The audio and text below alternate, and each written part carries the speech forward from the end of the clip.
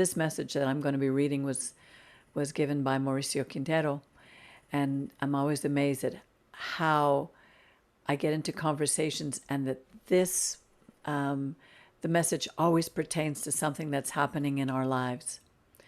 So this week it's from Parashat Shelach Lecha, and Mauricio entitled it Granting Petitions, Not Whims. As I was reading this week's portion, Shelach Lecha, which means send for yourself, I realized how deceitful our intentions can be and how they can negatively affect us. Our intentions can distort and confuse our requests, so we must be wise about what we ask for and why, how we pray, and above all, when we pray. To exemplify the above, Rabbi Yashuv responded to a certain request from his Talmidim, described in the books of Mark and Matthew, rebuking them. You do not know what you're asking for. And this statement, which is very profound, is still valid today.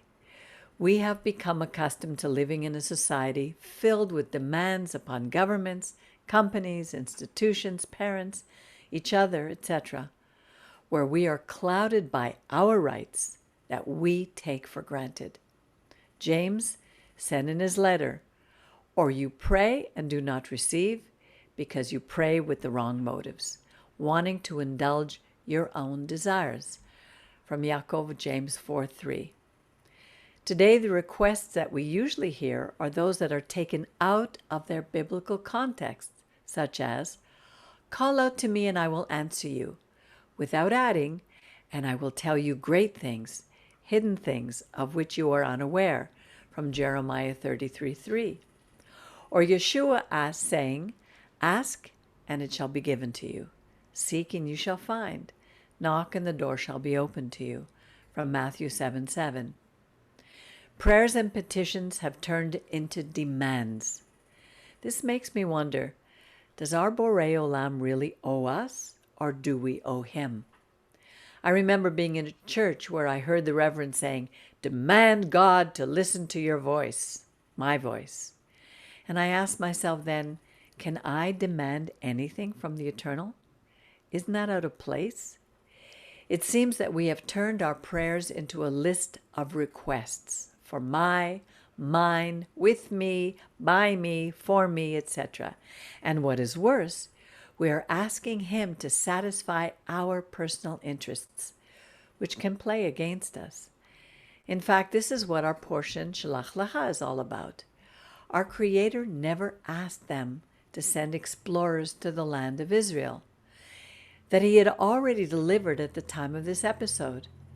There are many references to this in the book of Genesis, Shemot, and Bamidbar, and I'll send them all to you later.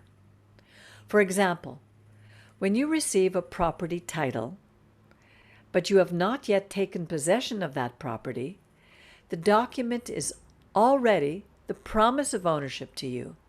And what is needed is that we do our part, that is, to sign the document and accept the ownership.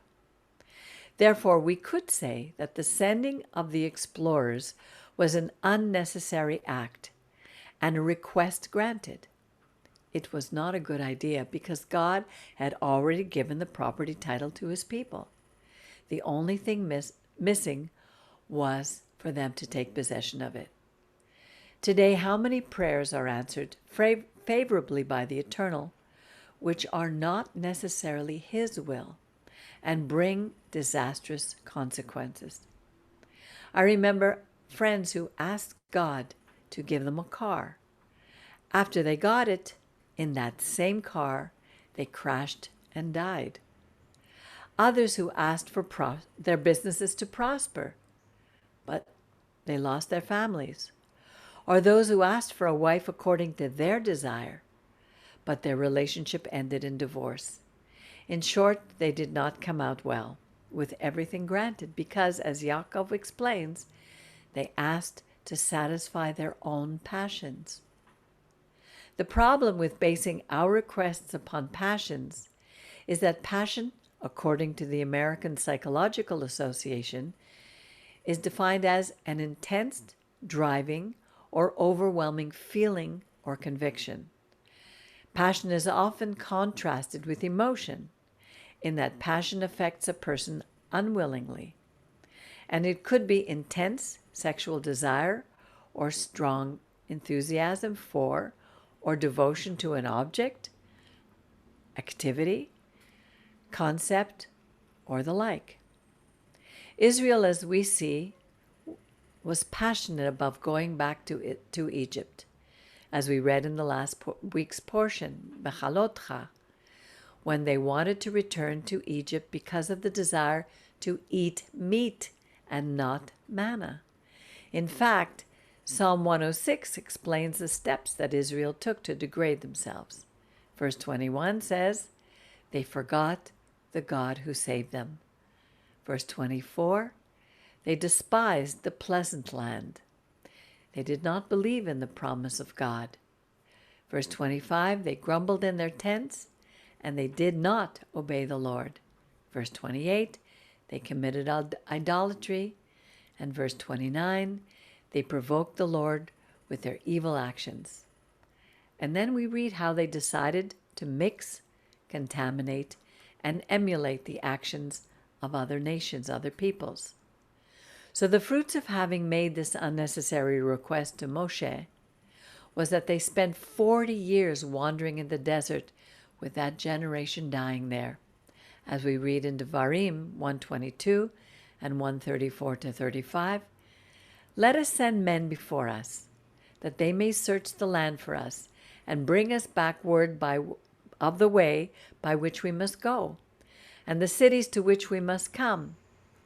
And the consequence of that request was, and the Lord heard the voice of your words, and was angered, and swore, saying, surely not one of these men, even this evil generation, shall see the good land which I swore to give to your fathers. If we read carefully from the beginning, Israel saw a possibility of not entering the land when it says that they wanted a report of those cities that they could enter, when the Eternal said that all the land, including its cities, would be theirs. Also, in an indirect way, they were despising the Eternal, because it says that men tell us the route that we must follow, when it had been seen from Egypt up to that moment that the Eternal was guiding them, not without mentioning that the report of the explorers would be more value than the words and promises of the Eternal from Abraham to that generation. That is to say, the opinion of man is more valuable than the sayings of the Eternal. How often have I made the same mistake? Reading it, I'm no better than that generation. And today it is more subtle, and it is more common to despise the Eternal. In this portion we also read another request granted, and it is that of Moses, when the Eternal tells him that he would make of them a great nation in 14 verse 12. And Moses asks him in 14:19, pardon, I beg you, the iniquity of this people according to the greatness of your loving kindness, and as you have forgiven this people from Egypt until now. What was the difference between one petition and the other? Moses did not pray to satisfy his ego, his passions, his emotions. He sought that the will of the Eternal, manifested since Abraham, be fulfilled. If there was no Israel, that promise would not be fulfilled.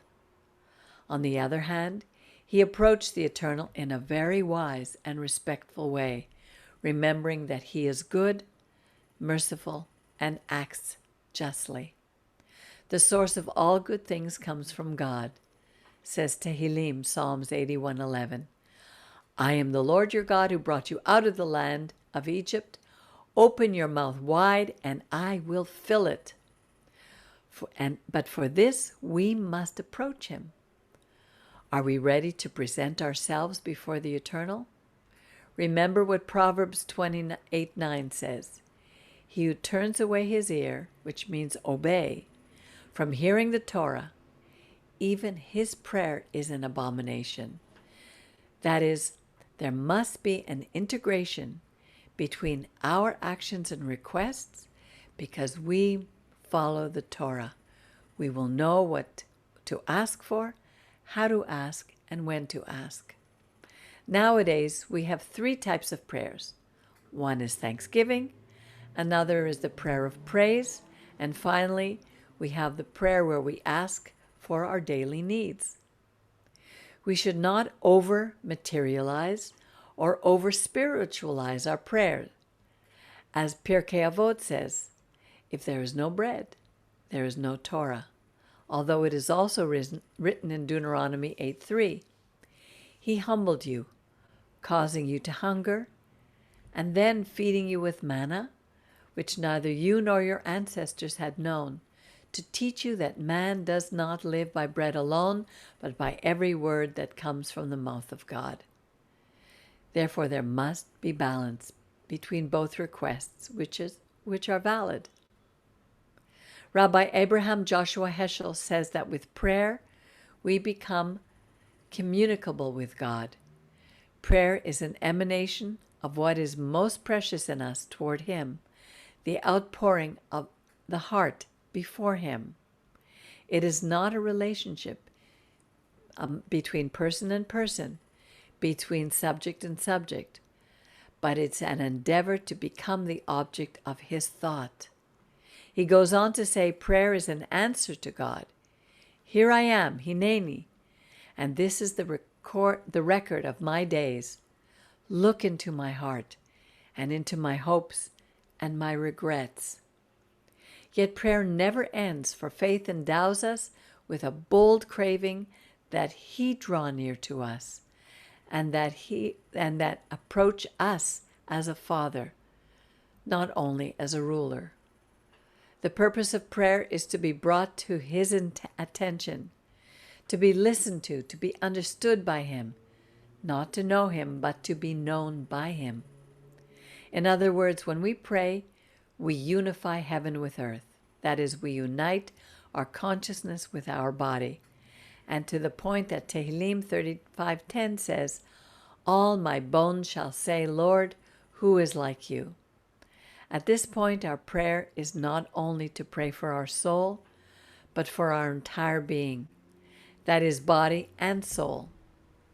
Yeshua said in Matthew 6:6-8, But when you pray, go into your room, close the door, and pray to your Father who is unseen, that your Father who sees what is done in secret will reward you. And when you pray, do not keep babbling like pagans, for they think that they will be heard because of their many words.